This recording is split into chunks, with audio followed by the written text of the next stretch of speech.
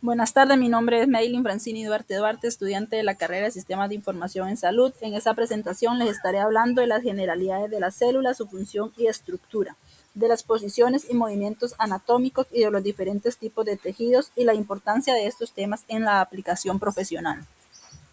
Generalidades de la célula. La célula se considera la unidad estructural y funcional básica de la vida, ya que es la unidad más pequeña de materia viva capaz de realizar todas las actividades inherentes a los seres vivos. Es la encargada de realizar funciones básicas para el desarrollo y mantenimiento de los organismos que la conforman. La principal clasificación de las células las divide en células procariotas y eucariotas. Las procariotas son evolutivamente más antiguas y no han sido capaces de asociarse para formar organismos pluricelulares, por lo que solo se hallan en la naturaleza como seres unicelulares. Las células eucariotas son estructuralmente más complejas que las procariotas. Un hecho fundamental para su evolución fue la adquisición en su citoplasma de las mitocondrias y los cloroplastos. Las células eucariotas son seres organoheterótrofos, es decir, utilizan la materia orgánica como fuente de energía y carbono. Estas células eucariotas a su vez se pueden clasificar en la célula animal y la célula vegetal. La célula animal posee membrana plasmática, núcleo, citoplasma y organelos, y la célula vegetal, además de poseer la membrana plasmática, el núcleo y el citoplasma, esta tiene una pared exterior de celulosa. Funciones y estructuras de la célula. Funciones. La célula realiza una variedad de funciones esenciales para el funcionamiento de los organismos. Algunas de estas funciones incluyen la recopilación del ADN proceso mediante el cual una célula copia su ADN antes de dividirse, asegurando que cada célula hija reciba una copia completa del material. La síntesis de proteína. Las proteínas son moléculas fundamentales para el funcionamiento celular. Las células sintetizan proteínas a partir de instrucciones codificadas en el ADN. Y el metabolismo. Las células llevan a cabo una serie de reacciones químicas para obtener energías de los nutrientes, así como para sintetizar y degradar moléculas necesarias para su supervivencia. Estructuras. Las células eucariotas y procariotas tienen estructuras y organelos en común. En general, las células tienen regiones principales, como el núcleo. Es el centro de control de la célula, contiene el ADN en el cual se encuentra empaquetado en formas de genes. El citoplasma es una matriz gelatinosa que se encuentra dentro de la célula y rodea las estructuras u organelos que están embebidos en ellas. Aquí se realizan la mayor parte de las actividades de la célula y está compuesto por tres elementos: el citosol, los organelos y las inclusiones. La membrana celular es una bicapa lipídica que forma el límite de la célula y de alguno de sus organelos. Los lípidos que forman la membrana tienen dos partes, la cabeza y la cola. La cabeza de estos lípidos, que son afines al agua, está en contacto directo con el citoplasma y con el líquido extracelular. Posición anatómica. La posición anatómica se define como el cuerpo de pie con los pies ligeramente separados, la cabeza y los brazos a los lados del cuerpo y las palmas de las manos hacia adelante. Superior. Hacia el extremo superior de una estructura del cuerpo hacia arriba. Inferior caudal, alejado del extremo superior o hacia la parte inferior de una estructura del cuerpo hacia arriba. Inferior caudal, alejado del extremo superior o hacia la parte inferior de una estructura o del cuerpo hacia abajo. Ventral, hacia la parte delantera del cuerpo delante de. Proximal, cerca del origen de la parte del cuerpo o el punto de fijación de una extremidad al tronco del cuerpo. Distal, más lejos del nacimiento de la extremidad en el tronco o una estructura más lejos del punto de origen.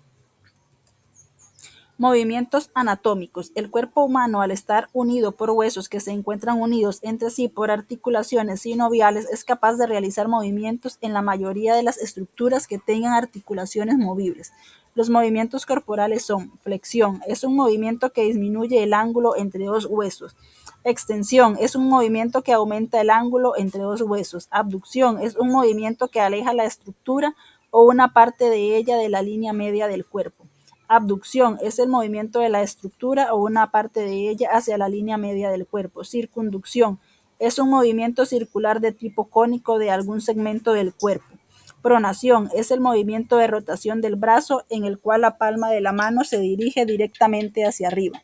Supinación es el movimiento de rotación del brazo que produce que la palma de la mano se dirija directamente hacia abajo.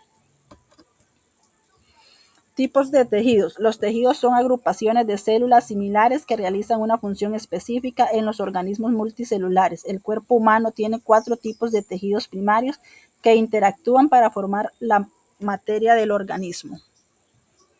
Tejido epitelial. Tapiza la superficie del cuerpo, reviste las cavidades corporales y las glándulas. Es un tejido sin vasos sanguíneos compuesto por células que recubren las superficies externas del cuerpo.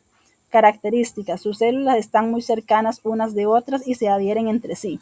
Las células tienen polaridad. Esto significa que sus funciones están determinadas por lípidos y proteínas de membranas que posee, ya que así puede ingresar o salir sustancias de la célula.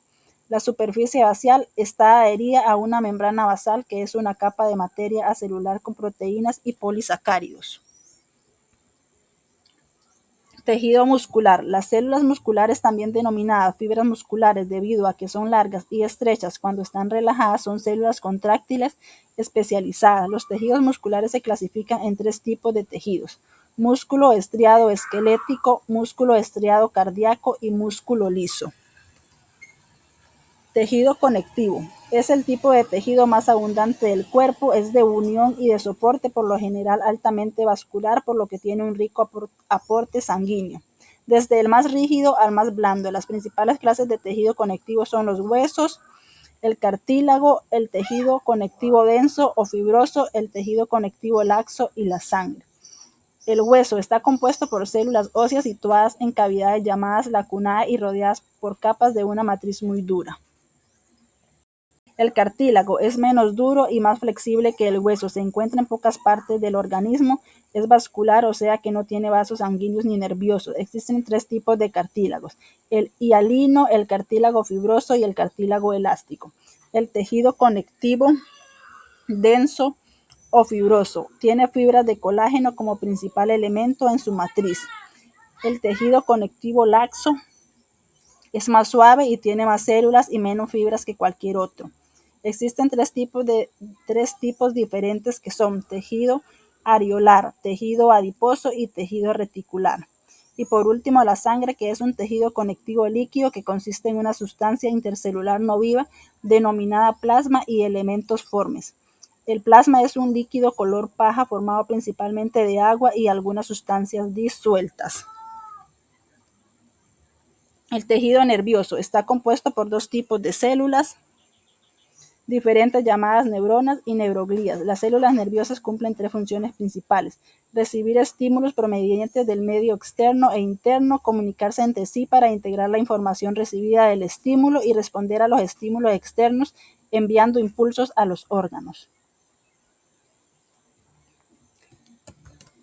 Las estructuras corporales están formadas por diferentes tejidos que trabajan juntos para realizar funciones específicas. Se presentan algunos ejemplos de esas estructuras y los tejidos que la componen. El corazón está compuesto por tejido muscular, conectivo y epitelial. La piel está compuesta por epitelial, conectivo y muscular, y los pulmones por el tejido epitelial, muscular y tejido conectivo. Dice: importancia de estos temas en la aplicación profesional. En el área de la salud es importante porque conocer la estructura celular de los tejidos y los movimientos corporales son esenciales para diagnosticar y tratar enfermedades. La comprensión de la anatomía y la fisiología nos permite, como futuros profesionales de la salud, realizar procedimientos médicos con precisión y seguridad. Además es importante utilizarla en la fisioterapia y la rehabilitación, así como en la investigación biomédica por científicos. Muchas gracias, esta ha sido mi presentación.